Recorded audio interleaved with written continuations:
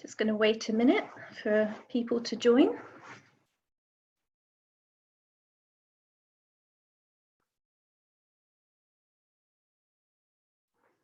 Welcome everyone, you're in the right place. We're just going to wait another minute until as many people as possible join, and then we'll get started.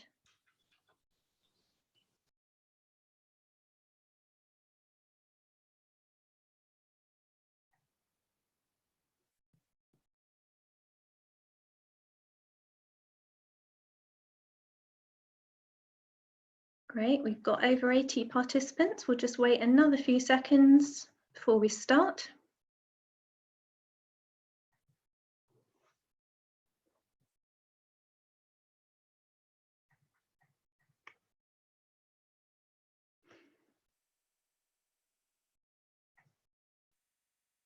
Okay, that'll do. Hi everyone, I'm Jess Brooks. I work for the Game and Wildlife Conservation Trust as a Farm and Biodiversity Advisor, and I look after the Martin Down Farmer Cluster and the Allenford Farmer Cluster in Dorset, Wiltshire and Hampshire. So today we're really going to pick up on the topic of farmer-led landscape scale conservation. It's following a webinar that I gave as part of this land management series on the 7th of May, which I'd encourage you to catch up with that session, but also the other sessions as well over the past few weeks. And you can access those through the Land Management 2.0 website. So we've got a great panel here for you today. I'll let them introduce themselves in a minute, but we will be discussing the successes, the challenges, the support available, and the way forward for these farmer groups or farmer clusters. So if you have any questions as we go through the roundtable, if you could just pop them in the Q&A function, pop yourselves on mute. I think Tim, the organizer of the session, has automatically put everyone on mute, but hopefully that will stay like that. So just pop any questions you have into that chat, and we will field those and ask the panelists. So if we first go round and have some introductions, I've asked all the panelists to just say a couple of sentences about who they are and what they do, and also just share a lesson learned by being involved with these groups and yeah, a good lesson learned basically. So if we kick off, let's go with alphabetical order, shall we? So we've got AJ Paul. Hi AJ.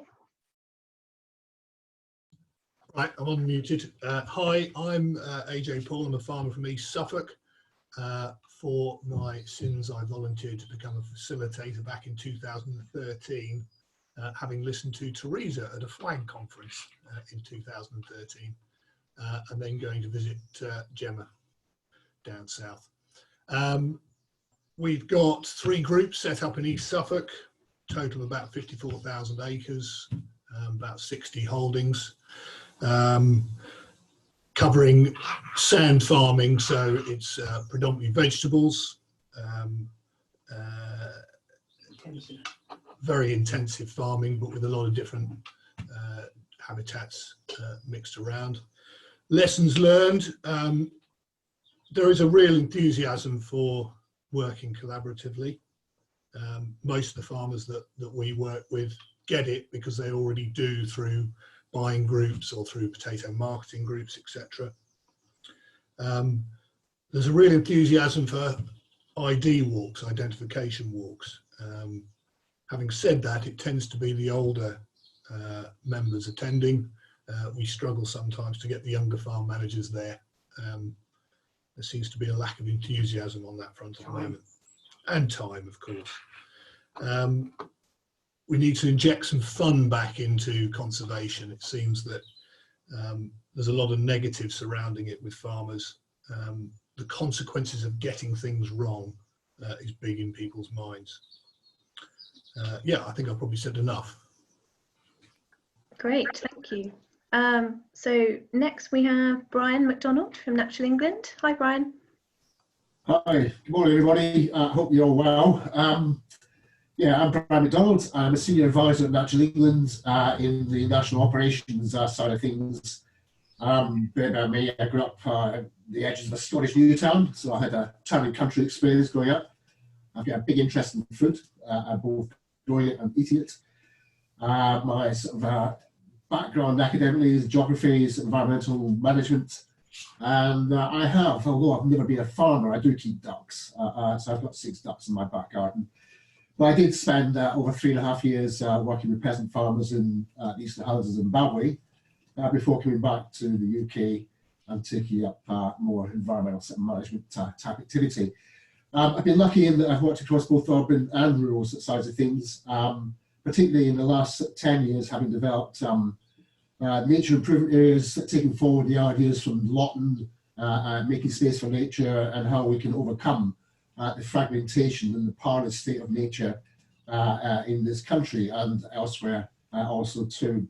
So I've had the privilege, I suppose, of being at the centres of UK or England-led initiatives to address some of the issues we face, not least of which has been the development of the Facilitation Fund, which is a fund set up under the Rural Development Programme to help overcome fragmentation, as I've described, but to bring together farmers and land managers to address that in an interesting way, and hopefully has allowed AJ and others to have some fun through the process as well.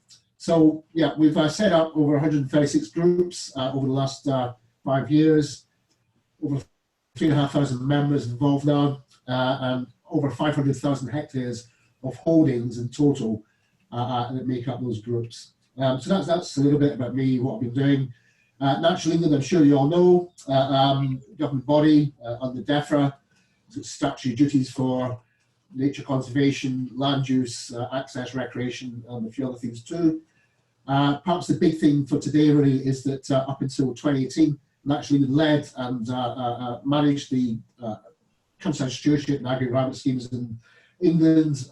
Post-October 2018, that transferred to the Rural Payments Agency, and we're working with them now around provision of technical advice and monitoring evaluation to help make the schemes work for everybody's benefit. Briefly, what I've learned from this, and perhaps some of the challenges I think we face, is that we recognise that land management is under pressure, as is the state of nature. That fragmentation that we see ecologically is similarly present in the sort of land management community, and I think what we are trying to do is to reconnect both people and nature in a way that helps us meet the challenges in the future. There's a big prize if we get it right, both in restoring nature, but equally in being able to get the services and benefits paid for those that are actually doing the work. And I think this idea of public goods is critical now to how we go forward with the challenges we face. Solidarity and diversity is equally part of that bigger picture. So I think this is part of the solution, and I'm really keen to see how people, the questions they have and the opportunity I think we've given can be addressed as we go forward. Thank you, Brian. I think we can all agree with that. So Gary, if you wouldn't mind introducing yourself. Yep, sure, thank you. I'm Gary Rumbold. I'm the General Manager of the Farming and Wildlife Advisory Group Southwest, and also I'm a Director of the National FWAG Association, representing all of the FWAGs across the UK. In the Southwest, we've got 11 facilitation funds now, and we work with a further 5 across the region. And I would say there's probably about the same again amongst all of the other FWAG groups across the UK as well. So somewhere north of about 20 facilitation funds that we're all managing now, and we've had applications in from the first round right the way through to the last round in the countryside stewardship facilitation funds, and yeah, real range of sizes and expertise within those groups as well. So we sort of range from about 12-15 farmers right up to the 80 odd in some of our groups, especially the more established ones.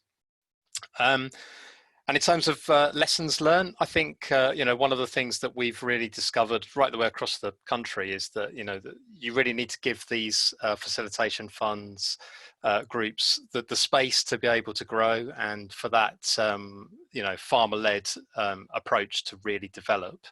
And so that involves sometimes perhaps keeping perhaps over-keen sort of stakeholders from that area away from the group a little bit, and just giving them a little bit of flexibility to do their own thing before you start introducing those stakeholders and you know, achieving those cross-border benefits that you might be looking to achieve.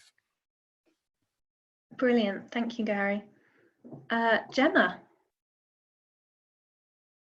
Right, I think, am I unmuted? Can you hear me? Good. Okay, hi, I'm Gemma Button. I am an independent agri-environment consultant. I've been working with farmers on agri-environment schemes for rather longer than I care to say. And I was responsible for setting up the first farmer-led group on the Marlborough Downs back in 2011, which seems like a very long time ago now. I now manage or work with the Marlborough Downs group still, and also another group of tenant farmers on Salisbury Plain, which are very different, being MOD tenants, you know, very different landscape in terms of how the land is managed. My colleague Simon Smart also looks after another 2 groups in Wiltshire, so we've got a good range of experience between us. I think in terms of lessons learned, 2 things that I think have come out of particularly the Marlborough Downs group is that, as Gary's alluded to already, ownership is really important, and it works much better if the farmers own the project and don't feel it's being imposed on them, or even elements of it are being imposed upon them. And the second thing that I would say, which was a great surprise and not something we'd anticipated when we got together initially, was how important strong community bonds have become.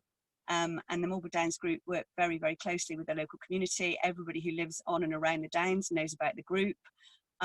It's just broken down a lot of those barriers between farmers and consumers. People locally know much more about how farms work, how important the landscape and the wildlife is to farmers, and you know how those features, the landscape, the wildlife, is there because of what the farmers are doing rather than in spite of it. So yeah, I think that's a really important lesson and something we could explore much more going forwards, particularly if we're looking at public goods and people being aware of those. Brilliant, thank you. Yeah, we definitely have a lot to learn from you in the Marlborough Downs. So Rob, if you could introduce yourself, please. Hello, good morning. I'm Rob Shepherd. I'm a mixed farmer from the Hampshire-Dorset border near Fordingbridge.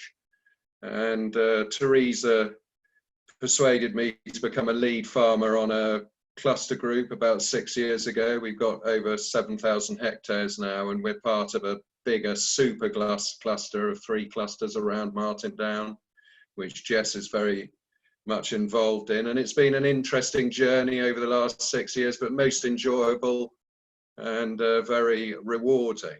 And I suppose the lessons that I've learned was my surprise at the extent of the enthusiasm of cluster farmers towards the natural environment on their own land, and also their appetite for further education of what they had been farming for many years and sometimes many generations. And this has been ably facilitated by Jess and by Pete Thompson before her.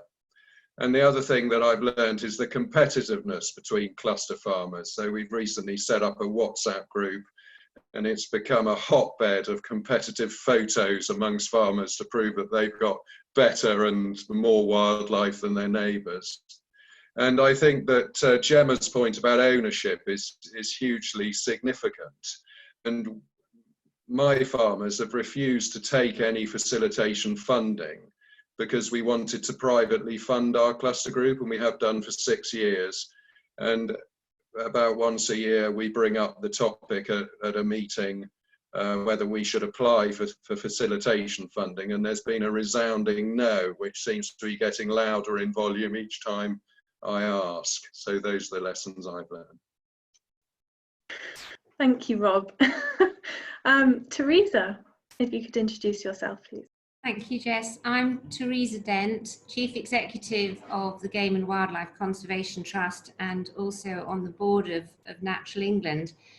But my background is farming before I joined the Trust, and I've always really enjoyed working with farmers on conservation and very interested in how one gets farmers to do more. And I think my lesson learned is the value of asking farmers what is it they would like to do on their farm, rather than anyway telling them what they should be doing. And I learned this lesson many years ago when I persuaded DEFRA to come and meet a group of farmers, which included Rob Shepherd. And I said, I'm only going to ask them one question tonight because I want them to show you how interested they are in wildlife conservation. And the question I asked was, what wildlife would you like on your farm? And they gave some really good answers after they'd thought about it for a bit. And the result of that was I was asked by DEFRA to find a group of farmers who would submit an application for a nature improvement area. And that's where Jemma became an absolute heroine in my eyes, because she did the submission for the Marlborough Downs farmers. And as she's told you, the rest is history. That was such a difficult job to do at the time because it was completely new. Nobody had done this before. But what we didn't have a problem with was generating the enthusiasm for the farmers. That was the easy bit. It was the application and the bureaucracy that was the hard bit. I can see Gemma is smiling. And that question that I asked, what wildlife do you want on your farm, was also that night answered by Rob Shepherd. But his answer was interesting because he said, I would do this with my neighbours, but I wouldn't want to do it as part of a big scheme, part of an NIA. I wouldn't want that bureaucracy. And that was what later prompted us to think about the concept of farmer clusters, a much more voluntary, low bureaucracy approach to all of this. And Natural England was actually hugely supportive of that concept, and great credit should go to them for that. And out of that, an awful lot of this farmer-led conservation work has blossomed. So for me, the lesson is asking farmers what they would like to do with open questions and allowing them to come forward and take the lead and show what they can do. So I would suggest that we should be asking many more questions of farmers at the moment. What climate change contribution do they want their farm to make? What soil quality do they want their children to inherit? We face a lot of long-term environmental challenges at the moment, and I think one way of addressing them is to work really closely with the farming community. Great, thank you, Teresa. So, I mean, all of these lessons learned, I suppose we should try and incorporate them as much as possible into the future of land management. And as you all know, the ELMS scheme, the next Agro-Environment scheme, is in design. So it might be worth just spending a few minutes talking about ELMS and how we see these farmer groups featuring in ELMS. So we know, for instance, that tiers 2 and 3 make extensive mention of landscape scale. We need to be acting on a much bigger scale, basically. So how can we encourage this within ELMS? We've got to make sure that all of these lessons learned go forward into the design. So a question for Brian from me to kick off, really. How are you working as the lead of the Facilitation Fund to incorporate this way of working into ELMS? Well, thanks, Jess. Yeah, it's you know, a big area of activity, a huge opportunity, and yeah, so there's an extensive engagement, some of which I've been able to plug into with the groups that are set up. So there's a number of different fronts just to bring that to life. Formally, the ELM have commissioned a monitoring evaluation, a third phase of the monitoring we've been doing with the 2015 to 2017 groups to look into the experiences from that, that will help to guide and inform what ELM requires from the sort of like hard-nosed study.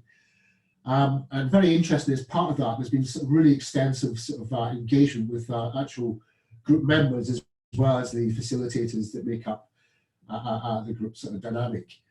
So that's one sort of tangible funded contribution from the ELM team to directly connect formally with the Facilitation Fund to feed into that. The second bit, which I think is perhaps more interesting and potentially wider in its engagement, is that a number of the groups themselves have been engaged with tests and trials and playing a part in the sort of if you like, the sort of formative stage, the developmental activity around ELM as well. So those two things, I think, are key tangible sort of connections to the sort of formal ELM process. And then beyond that, with a community that we created of over 3,500 sort of individual members of the 136 groups, there is obviously dialogue and sort of dynamic there that's playing its part as well. So hopefully, on the back of the training, the advice that's been given, and the enthusiasm that's been generated, that has created its own sort of momentum, allowing individuals to find a way to feed into from their own experiences and observations.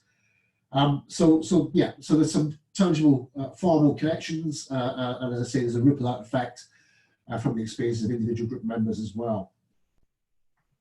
Great, thank you, Brian. If I can bring in Gemma here. Gemma, do you want to comment on that? What would you like to see in the next Agro-Environment scheme to help encourage these farm groups forward?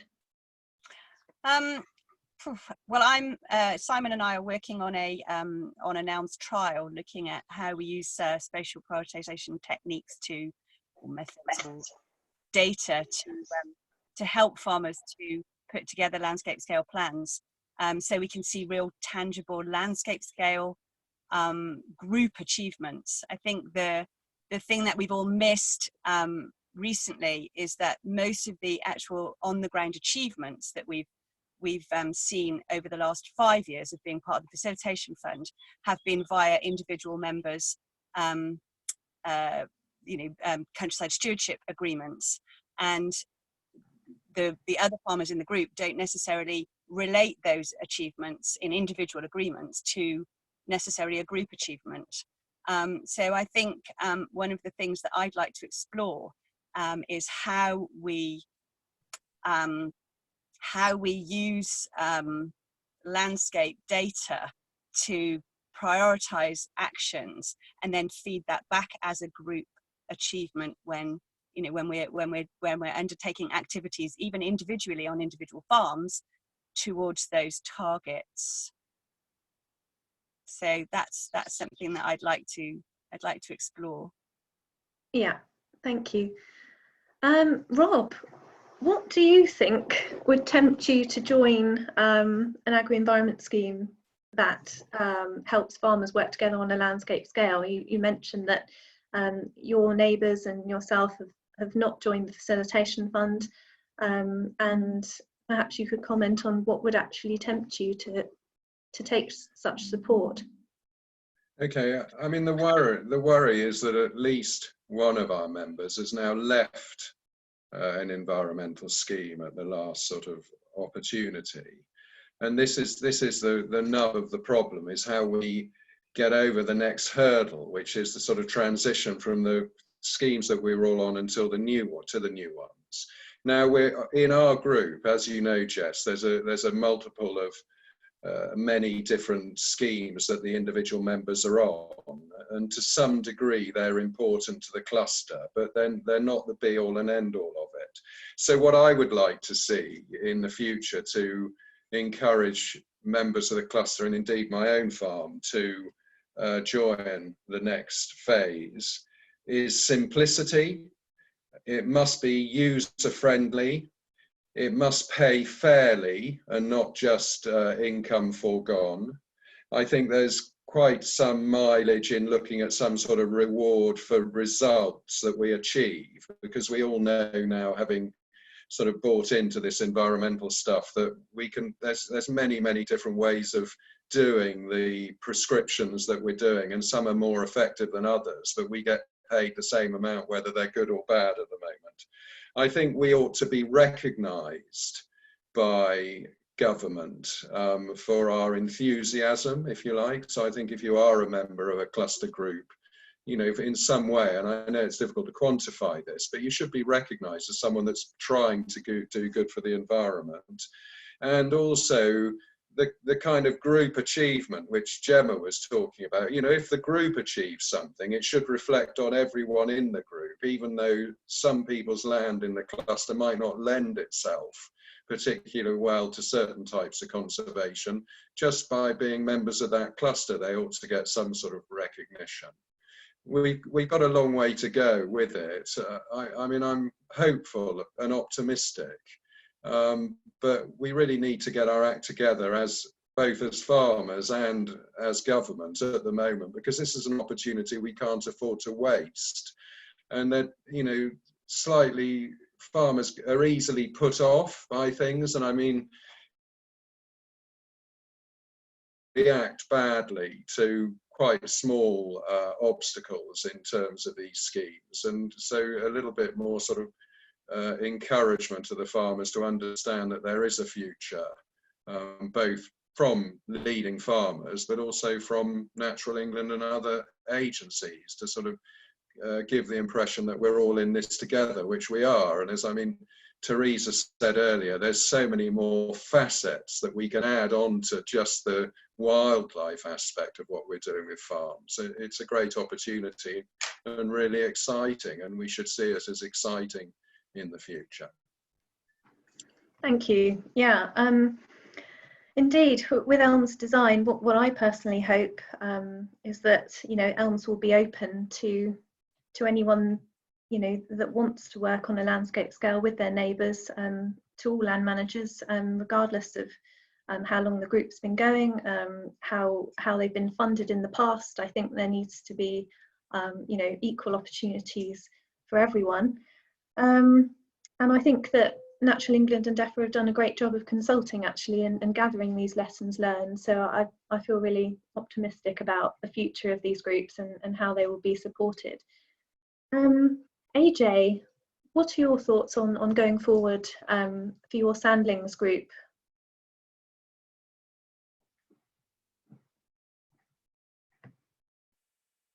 AJ, you need to unmute yourself. Can you hear me? Can you hear me now? Yeah. I'm going to chuck in a controversial one here. I mean, something that I've always thought about is whether actually we should scrap Tier 1 and Tier 2 and just have a Tier 3. Why do you think that? Well, it still makes it open to everybody. It makes people stand up and want to be, if people want to be involved and truly involved in conservation, they will have to join a group in whatever form it is. I appreciate there has to be some sort of baseline, whether that's like a sort of compliance element per holding. But beyond that, I can see that it's possible to do things on a landscape scale, which is open to everybody. Yes, a point Rob made about some farms might not lend themselves to certain elements of the priorities for a particular region, and there are difficulties of working out how those regions are demarcated, and then you've got boundaries between regions, etc. But there is no doubt that you can get across to people, when you're in a group, you can really get across to people the benefits of cooperation, of different habitats, not stopping on borders between farms, but continuation across the landscape. Now, it may be too far sort of pie in the sky to go to that level, but that's one thing that I wish we had considered. And the second thing, and this goes back to a comment Rob made earlier about an enthusiasm for further, I think you used the word education, but knowledge. One of the things in my view that's been missing from previous schemes is it has been all about the money. It's been the money first. You work out which option gives you the best payment per hectare, you stick that in, job done. We found that the people who do the best job are those who often do things off their own back, because they know why they're doing them and they care about what they're doing. So for me, it is about instilling or installing some element of education within Elms. Now, you could be radical and say, okay, well, do we make it a prerequisite that if you want to go into elms, you have to attend certain courses, but then it becomes prescriptive. I don't know how we do it, but for me, getting people to understand why they're doing things, what species are important, what habitats are important, firstly, then understanding what they can do to help enhance, improve, etc. And then, and only then, look at the financial side of it. So it's a mindset change, it's turning it upside down. There's a comment that came in from someone online about when I said that I want to re-inject some fun into it all. Yes, the comment says something about surely its economic value is what attracts. Yes, it is, of course. But if you can get people, farmers, land managers, to understand why they're doing things and genuinely care and have that sense of belonging, will deliver far more in terms of environmental benefit than just focusing on the economic element. Sorry, I rambled. No, that's all right. Thank you, AJ. Very helpful. Gary, you've obviously got a lot of groups that FWAG look after. What do you think are the barriers to getting more groups? Do we have enough advisors? Will there always be farmers that don't want to get involved in the landscape scale conservation group? What do you think are the ways that we can take this forward? Yeah, well, I think I'll address it first. Just the last question first. I think no, we're not going to get everybody into groups. Sorry, AJ.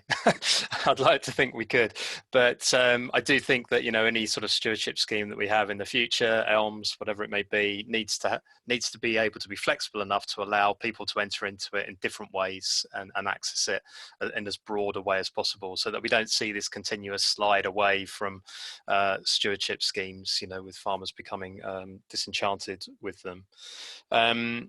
So in terms of whether we've got enough people enough advisors to facilitate, I think no. I think there's a job to be done to train people up to make sure that they have got the skills that are required for running facilitation funds. It takes a real dedicated, unique skill set, I think, to bring together a successful stewardship facilitation fund. And you know, I think of the ones that we've got, some have been a lot more successful than others, and quite often you look at those and it's down to the individuals that are running those. So yeah, training people, finding the right people that are enthused to be those facilitators is going to be really key if we're going to step this up and sort of run with it in 3 or 4 years' time as we go into the elms phase. Yeah, brilliant. Thank you. Question for Teresa, and then we'll go to the question and answers from the group chat. Thank you for all the questions. So Teresa, we've got a question here about monitoring and clusters and how that can complement. How do you think farmers can be helped to engage more with monitoring biodiversity? Because the interest is obviously there, but you know, what do you feel the key limitations are, and what could be done in practical terms to help more people do it? Because we as ourselves, GWCT, know the value of data and collecting it and sharing it, but how can we get more groups to do it? Well, monitoring is incredibly important, and I've never met a group of farmers who don't want to know whether they're succeeding or not in their conservation efforts. And it's been from the groups of farmers we've worked with, one of the criticisms of the old schemes is nobody ever came and told them whether they were doing a good job and succeeding in their recovery of bird populations or whatever it was. So I think monitoring needs to be a really important part of future schemes. But the reality of life is there's never going to be enough money for that monitoring to be done everywhere by scientists and being paid for by government. So I think we need to develop methods that allow the farmers themselves to do much more of their own monitoring and to create their own data. And I think there are ways it can be done. We need to learn how to do it. But Jess, I know you're trialing some good options for the farmer groups you're working with. We need to make use of modern technology on farms. Farmers have much more technology than perhaps ecologists are aware of. And I think there's scope to use that on-farm technology to help. Quite a lot of farmers nowadays have drones. They have a lot of quite sophisticated GPS technology. I think there's much more we can do, but it's an essential part of it, both to feed the motivation of the farmers to do good conservation on their farms, to demonstrate that they are worthy of that earned recognition and that payment by results that Rob referred to, and also so that we know what we're achieving in our countryside, and we get this longevity that we need to see from farmer clusters. That to me is one of the really good things. I think these farmer clusters will become generational, and I think you know, Rob's son, when he's farming that farm, he will still be as careful about the wildlife conservation as his father has been, because it's become part of that farming system. And that's one of the great flaws we've had in previous agri-environment schemes, is they start and then they finish, and then so often vast amount of the good that's been achieved in the scheme is taken out or ploughed up or moved into something else. So I think these give us real scope for longevity and intergenerational achievements. Great, thank you, Teresa. We've had a number of questions related to the Facilitation Fund in the current COVID crisis.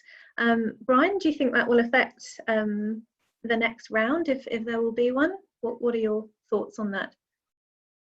Yeah, well, nothing has been confirmed just yet about future rounds, although I am hopeful that something will come. But obviously, the scale of the COVID crisis is dwarfing everything else, and may set the pace and the possibilities, depending on how long it lasts and the kind of resources we're having to chuck at it. But I think, you know, again, the kind of opportunity that we need to address is not going away. You know, in terms of building the resilience we need across the land, both in terms of food production and also resource management, is not going to go away. And I think the scale of the input we've had to date has been very small against that big challenge. So I think perhaps you know, by being able to demonstrate the effect of what we have been doing, be able to indicate both in terms of the you know, what's being produced, the kind of results we're getting. All these things are complex, and it's good that there's a recognition that there is underlying complexity around this. But being able to demonstrate both the connectivity, the efficiencies, and the ability to respond to resource management issues, particularly around things like flood management, climate change impacts, are all being powerfully demonstrated as being part of the first aid kit that the Facilitation Fund and the broad approach of collaboration brings. So I can see that it's not going to go away. If anything, it may be that as this crisis continues to throw up challenges, that the kind of response that we can generate will be based on collaboration, cooperation, mutually agreed approaches to address that. Perhaps, you know, again, I think AJ put it beautifully when he talks about injecting enthusiasm. Better to inject enthusiasm than bleach, I think, is the message I'd give at this stage in the COVID situation. And a lot of that enthusiasm will be the kind of thing that helps to bind and bond people together. And I know that when you do that, many things happen. So initially, the Facilitation Fund and what we're doing was about getting better quality countryside stewardship agreements and better efficiencies from that. And that's all part of what we're doing. But the wider social and well-being benefits that are coming through that are measured and captured now indicate that if actually we do need to move to rapid response around dealing with emergencies like this, how do we get, you know, food to places in need? All these things are better addressed by collaborative approaches and big people doing things together. So I can see that out of what we've been doing, we've created this momentum and capacity and possibly mechanisms to help these things firm up and be replicated elsewhere too. So I'm hopeful that, yeah, some of the wider things beyond the rules, the regulations, and what we need to do in terms of safeguarding public money will be multiplied beyond that to reach out and do many more things than its original intention. And just perhaps just to finish that point, when we set this up initially, it was designed as locally led, flexible, as what the nature improvement areas were conceived to be. But due to the restrictions of the rural development programme and how these things are run, the bureaucracy has kicked in. So I'm absolutely with you. If we can find a way to free up the enthusiasm, use that as a sort of generator for good things to happen, but paying attention to the evidence so that we know what it is we're trying to address across the breadth of those challenges, then a lot of good can come from what we've been doing. Thank you. One of the other questions, so moving on a little bit from ELMS and Facilitation Fund, is the separate topic of private funding and tapping into the various emerging environmental markets out there, which might be of interest for many groups. So I was just wondering, Gemma, what do you make of the option of going down the private funding route? And then I'll come to you, Rob, to pick up on that as well as a privately funded cluster. Okay, so our group, like Rob's, has an element of self-funding. So within the within our kind of project, our ambition for the Marlborough Downs, the Facilitation Fund covers a relatively small element of our work. So probably about a third of what we do. So in order to fund the community programme, which we started right at the beginning, and is now a really big part of our activity, we rely on the farmers. The farmers put their hands in the pockets every now and again and fill up the pot when it starts to run out. We've also had various odds and ends of grants, mainly from other sources. So we had Solar Park, the Community Conscience Fund, I don't know what it's called, but that kind of thing. But we've not gone down the route. I know a lot of groups are working with water authorities, water companies, particularly where they're catchment based. So it's not something that we've explored extensively, shall we say, but it is something that we're now looking at, because our Facilitation Fund funding ends at the end of October, so that'll be basically a third of our budget gone. So we are looking at alternatives at the moment. Okay, and Rob, a couple of questions about private funding and how have you gone about privately funding your cluster? Well, like Gemma, the farmers put their hands in their own pockets to a certain degree, which they're very, very happy to do. Also, we got some funding from a sort of private source that we were lucky enough to find. I mean, I don't personally think that the private funding is going to be long-termly working on that basis, because the problem with using your own money is it runs out after a while. But I think there's real mileage in water companies and things like that. You know, the ideal is that the people that are benefiting from farms improving conservation and improving the quality of water and the quality of air, etc., are all consumers. It's the general public, and people are supplying the general public with goods and services, and those people that are making, in some cases, large profits out of supplying the general public with goods and services ought to be helping us at the grassroots end fund, facilitate what we're doing to the means to the end, if you like. It's a lovely dream. I know lots of people on the panel have this dream, and it's really a question of how you get from A to B. But I really do think with enough imagination, it's doable, because it's for the greater good of everyone. And that, there's nothing better, if you like, public goods and all that for the public good, the the funding for the public good actually could come not from government, from taxes, but it could come more directly from the people who are benefiting from public spending, if you like. So Yeah. there's a future. We've got to think outside the box and get on with it and try and come up with some method of releasing that funding. Yeah, there's a couple of comments in the question answer function about blending these private sources of funding with ELMS and you know, whatever's coming in the future in the next scheme. So that could be a great interest. But I know that Tim, the organizer of this webinar, you know, who's behind the Land app, is working on a platform where groups can find opportunities nearby to engage with environmental markets and new ways of funding to complement or replace what's officially on offer from government. So it'll be very interesting going forward to see how these are blended. AJ, if I might ask you a question from the chat. From S. Berry, how has the facilitation group made you change your farming methods?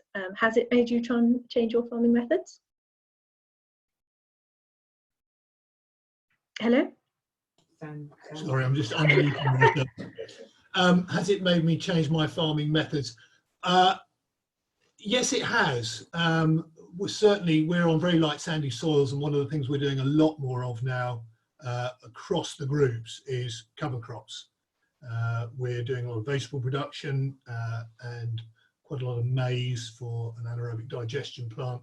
So there can be a long wait of bare soil from August in one year right through to May in the next. So there's a lot more cover crops going in. But as a group, there's a more general awareness of the importance of habitats and wildlife just through attending talks and walks. Yeah, it's not just me, it's everybody within the group. Not everybody, but a lot of people within the group. I think they're thinking about things differently. To give you an example, we had a meeting where we were talking about trying to get early pollination or early flowering plants for early pollinators in the spring. We grow cereals on this sand and we grow them very badly. We grow them as a break crop between vegetables. And one of the farmers suggested, well, why do we just not bother spraying, fertilizing or harvesting our headlands? Simple as that. Never going to get any yield off them. We might as well just leave them there. So little things like that build up over time when you talk and when you get together as groups. So yes, it has made me change the way I do things. Long-winded answer, sorry. No, super. I'm glad. Teresa, we've had an inquiry from a lady called Emily, who's interested in starting a group. What advice might you have to an enthusiastic young land manager like herself to reach out to her neighbours without the deep experience that you all have? Where should she start? Well, Emily, I think it's great that you want to do it, and I think it is really very simple. Just write down a list of your neighbours who you would like to work with to do this voluntary conservation. Send them an email to say, come and sit around my kitchen table and talk to me about it. Buy a packet of Twiglets and a few cans of beer, and I promise you, you will be away. You could ask 15 neighbours, you could ask 5. It really doesn't matter, but I wouldn't go for a huge group for the first meeting. But I promise you, you will get a group of people wanting to do this. And if you wanted, the other person you could ask, I don't know where you're based, what part of the country, but ask your local environmental advisor, so a Gemma or a Gary from FWAG or a Jess. So invite somebody like that who can help them answer the question what wildlife they would like on their farm. But if you do those two things, Twiglets are important, then I promise you it will work. Great, thank you, Teresa. Hope that was helpful, Emily. Gary, we've had a question on getting people like agronomists and other important people in the farm landscape involved in the project. Is that something that you guys at FWAG find important as well? Yeah, very much so. It's all about bringing all of those people that may help out on farm onto site and get them involved. And yeah, we ensure that we've run group sessions, particularly for agronomists and agents in the area, so that we're ensuring that they're actually fitting in with the landscape ambitions of the groups. Yeah, all of those people are always very, very welcome and necessary. I think, you know, if you're running a facilitation fund group, it's all very well us all standing up there day after day saying, talking to our groups. People just get bored of our voices after a while.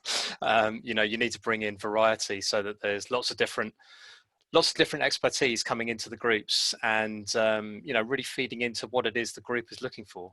You know, it could be that the group is asking for an agronomist to come in for a very particular issue that they've collectively got, and so the facilitation fund is a way of bringing that group training in at a cost-effective price for the whole group. So yeah, I think it's key to bringing those people involved. Yeah, and Gemma obviously is shone the light and led the way in community engagement, which I think is sort of the next level in all this. It's an incredibly rewarding and sort of full circle way of working if we can involve the public and local people. But it takes time and you know, patience to build relationships and trust with local communities. How many of your groups have you succeeded to do that with, Gary? And is that something that you're working on more and more? Yeah, it's not across all of our groups, I must admit, but certainly in our Gloucestershire groups, we're seeing that community element coming in more and more now. And you know, just talking about COVID-19 earlier on, I think that's a particular case in point where we've been trying to work in the same way that Gemma was talking about earlier on, work with those groups to try and link local food networks with farmers so that we can try and shorten the supply chain.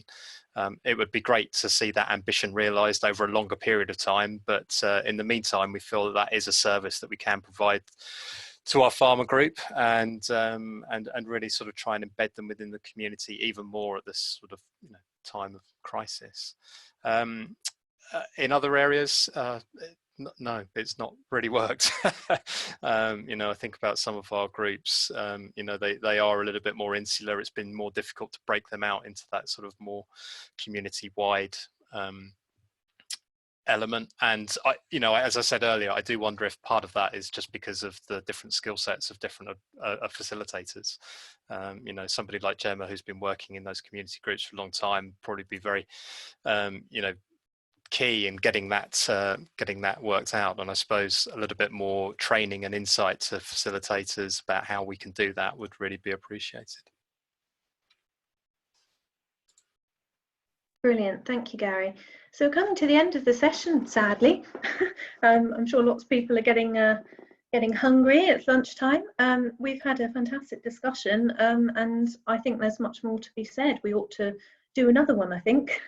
So if each of the panelists could briefly just conclude with any final comments, if there's something that that you think is important to say that you haven't managed to say yet, please go ahead. So we'll start with AJ.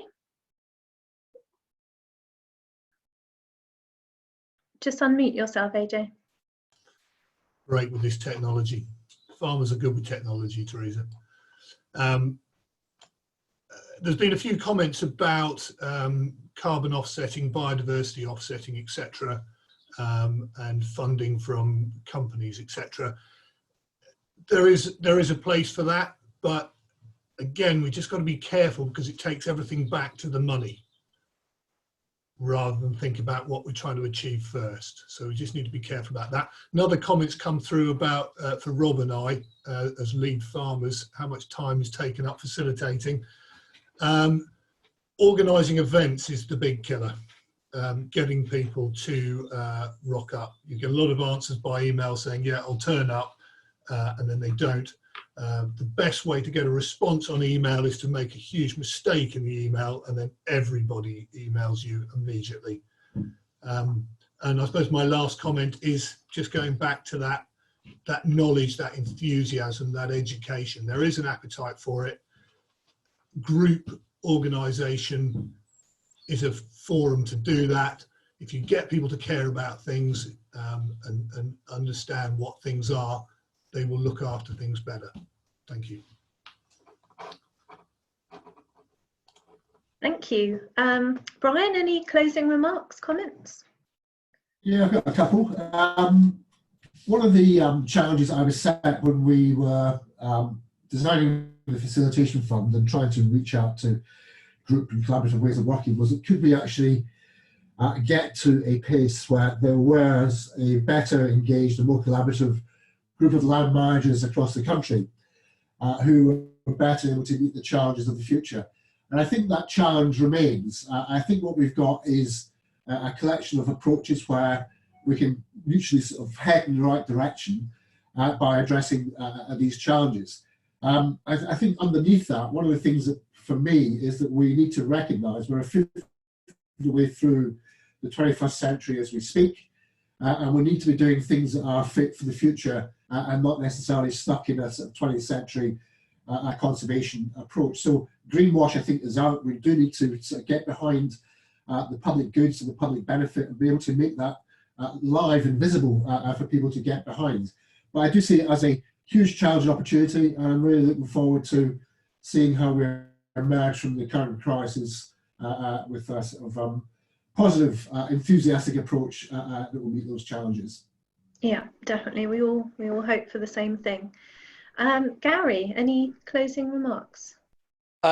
Yeah, I just wanted to say that, so Teresa first spoke to me about cluster groups many years ago. I can't remember how long ago now, up at Allerton, and I was skeptical, to be honest, when I heard about them. And I am a complete convert. I just think they're great, and we've seen so many fantastic results with our groups.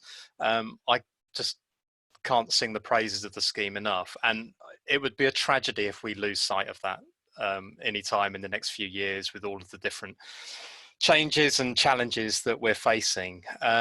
So, you know, my plea to anybody listening, particularly from government and, you know, those perhaps blended finance kind of sectors that we're talking about, private investment, is this is something to get behind and support, and we really should be making sure that the cluster groups, facilitation funds have got a clear future. So I think that's all I've got to say before my printer kicks in here. Yeah, brilliant. A good rousing call there. You know, I love it. Well done. Gemma, any closing comments? I think I just go back to my opening comment about ownership. Really, I remember when I first got together with the Mulberry Downs group, and I was talking to lots of different people, lots of specialists, if you like, when we were putting together our initial nature improvement area, like the application. And well, like Gary, everybody was very sceptical and told me that it would never work and I'd never get farmers to work together, and the government would never fund a bunch of farmers. You know, why would they do that? And I think, you know, we've obviously proved them wrong massively. But in terms of longevity, I think you need to maintain that level of ownership within the farmers. And the danger, of course, is that you start off with lots of enthusiasm and they're all, you know, they all contribute to the initial project and the initial ideas, you ask the questions. And then over time, the pressures of bureaucracy, the pressures of time, it becomes a bit formulaic, and, you know, you need to keep going back to your farmers. You need, you know, they are the heart of this project. It's their project. It's the ideas need to come from them. You know, I'm the driver. I don't lead this project. I drive it, but I don't lead it. And I think that's a really important distinction to make. Yeah, absolutely. Not content with kicking off a farmer conservation movement here in the UK, Gemma has been unceremoniously yoinked out of Kenya, where she was attempting to do the same thing. So we're very much looking forward to see how you get on with that, Gemma. And yeah, thank you very much for joining. Who next? Rob, any closing remarks, Rob? Yeah, just that I think the future is really bright for conservation, and panels like this just you know, support that feeling I have. But underneath it all, it does require farms to be profitable, and we mustn't, you know, lose sight of the fact that if the farmer is making a profit, or all else will follow. And I see Jasmine Black has mentioned clause 2 in the Ag Bill, and I think that was a real slap in the face for those of us that really make our living out of producing food. And it's really unfortunate that the government should be taking that view, I think, towards production and imports. Because if we're making money on the farming, we don't want a lot, we're not greedy, but then we can afford to spend time and money on our environment. But otherwise, that's all I've got. Thank you. Very good. And finally, Teresa, do you want to sum up? Well, thank you. It's been a great session, and I think my main message going forward is I really hope DEFRA and government and Natural England support what has been created through much of the work they've done and supported themselves since 2011. So we've seen 9 years of really concrete development of a concept and a movement for conservation that has the capacity to deliver extraordinary things, in my view, in the next 25, 30, 40 years. So I hope government will really support it. I think Gemma's comment about she is driving it, not leading it. The farmers are leading it. I think that's an important point for DEFRA to take on board as well. So you need to help drive this, not attempt to lead it, allow it to be led from the bottom up. So the sort of things that make me nervous are when sort of Elm starts talking about the zoning of funding and the decision that this is going to happen there and that is going to happen there. I would say have the courage to allow the farmers to be freer and come up with their ideas, because in my experience, the ideas they come up with fit government's ideas remarkably neatly, especially with a little bit of nudging. Thank you. Brilliant. Well, I just want to say a big thank you to you all for participating in this roundtable today, and I hope everyone's enjoyed listening to it. There's a lot of questions that have come in that we will try and answer offline, so rest assured we will do our best to answer your queries. So all that's left to say is thank you for tuning in, and hopefully we'll all meet again soon in person. All the best and take care. Cheers, bye. Thank you, Jess. Thank you.